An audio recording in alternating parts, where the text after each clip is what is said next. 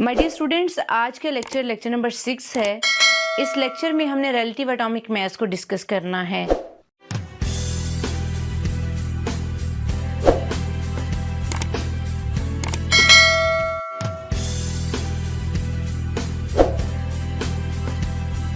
Relative atomic mass first year chemistry chapter 1 का topic है। Students, relative atomic mass को समझने से पहले आपको पता होना चाहिए what is relative mass. Relative mass को हम कुछ इस तरह से समझेंगे कि आप मार्केट में कोई चीज़ परचेज करने जाते हैं। जैसे हम बात कर सकते हैं कि आप मार्केट में फ्रूट परचेज करने गए हैं।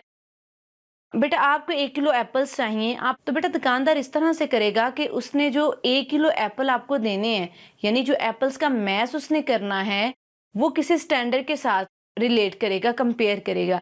तो उसके पास स्टोन्स होते हैं, तो वो 1 केजी का स्टोन मैकेनिकल वेट की एक साइड पे रखेगा और दूसरी साइड पे एप्पल रखेगा।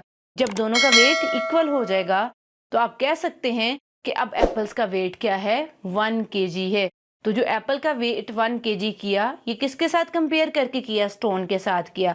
यहाँ पे स्टोन जो है वो स्टैंडर्ड सेट किया गया था। सेम इसी तरह जब आप केमिस्ट्री में आते हैं तो आपने एलिमेंट्स का रिलेटिव एटॉमिक मास निकालना होता है। तो यहाँ पे भी कोई ना कोई स्टैंडर्ड सेट किया जाता है और वो स्टैंडर्ड एलिमेंट का ही होता है। बेटा पुराने वक्तों में डिफरेंट स्टैंडर्ड्स जो हैं वो सेट किए गए थे। हम उस डिटेल में नहीं जाएंगे, हम आज के दौर की बात करते हैं। इन दिनों में जिस एलिमेंट को एज अ स्टैंडर्ड सेट किया गया है वो है कार्बन 12। ठीक है, अब हम इसे फर्दर जो है वो बाद में डिस्कस करते हैं। जो आज के दौर में element as a standard set किया गया है वो है कार्बन 12। आज मैंने आपको डेफिनेशन बतानी है, फिर एग्जांपल्स बताऊंगी, उसके बाद यूनिट बताऊंगी और फिर ये बताऊंगी कि why relative atomic mass unit scale is used. चलिए जी, डेफिनेशन हम देखते हैं।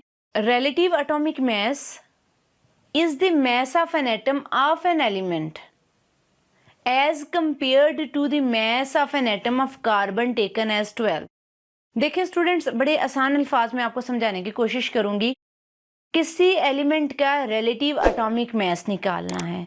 अब किस तरह से निकालेंगे? उससे किसी और एलिमेंट के साथ कंपेयर करके, और जो कोई और एलिमेंट हमने लेना है वो है कार्बन 12। हमने किसी एलिमेंट का रिलेटिव एटॉमिक मास निकालना है तो हम क्या करेंगे कि उस एलिमेंट के मास को कंपेयर करेंगे कार्बन 12 के मास के साथ। ठीक है, इतना क्लियर हो गया। जैसे हम बात कर लेते हैं बेटा, हाइड्रोजन का रिलेटिव एटॉमिक मास जो है वो है 1.008।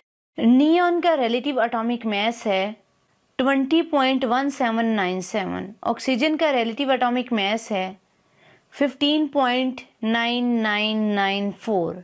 क्लोरीन का एटॉमिक मास है 35.453। बेटा कॉपर का रिलेटिव एटॉमिक मास है 63.546। बेटा ये जो रिलेटिव एटॉमिक मास आए इन एलिमेंट्स के, वो किस तरह से आए थे?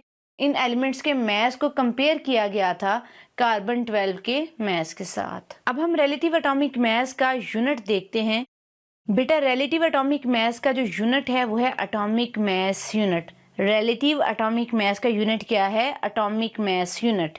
इसे हम डिनोट करते हैं AMU से। बेटा 1/12 mass of 1 atom of carbon, उसे हम कहते हैं 1 AMU। कार्बन स्केल है ना, कार्बन 12 हमने लिया, यहाँ पे स्टैंडर्ड जो है हमने कार्बन को फिर 12 हिस्सों में 12 इक्वल पार्ट्स में डिवाइड करना है।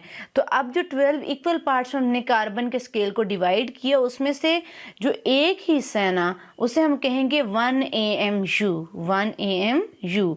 तो बेटे एक क्वेश्चन है यहाँ पे, why relative atomic mass unit scale is used. आप जानते हैं कि एटम एक छोटा जर्रा है जिसे हम आम आंख से नहीं देख सकते। जब हम उस एटम को देख ही नहीं सकते तो क्या उसे फिजिकल बैलेंस से उसका मास मेजर कर सकते हैं? बिल्कुल भी नहीं कर सकते। ऐसा ही है ना। तो हम फिर क्या कहेंगे कि atomic masses of atoms are very small. Atomic masses can not be measured by a physical balance. Atomic masses को हम फिजिकल बैलेंस से मेजर नहीं कर सकते। दस relative atomic mass unit scale is used. बेटा रिलेटिव एटॉमिक मास में अगर आपका कोई क्वेश्चन है, आपको किसी पॉइंट की समझ नहीं आई, तो आप मुझसे क्वेश्चन कर सकते हैं। Good luck all students.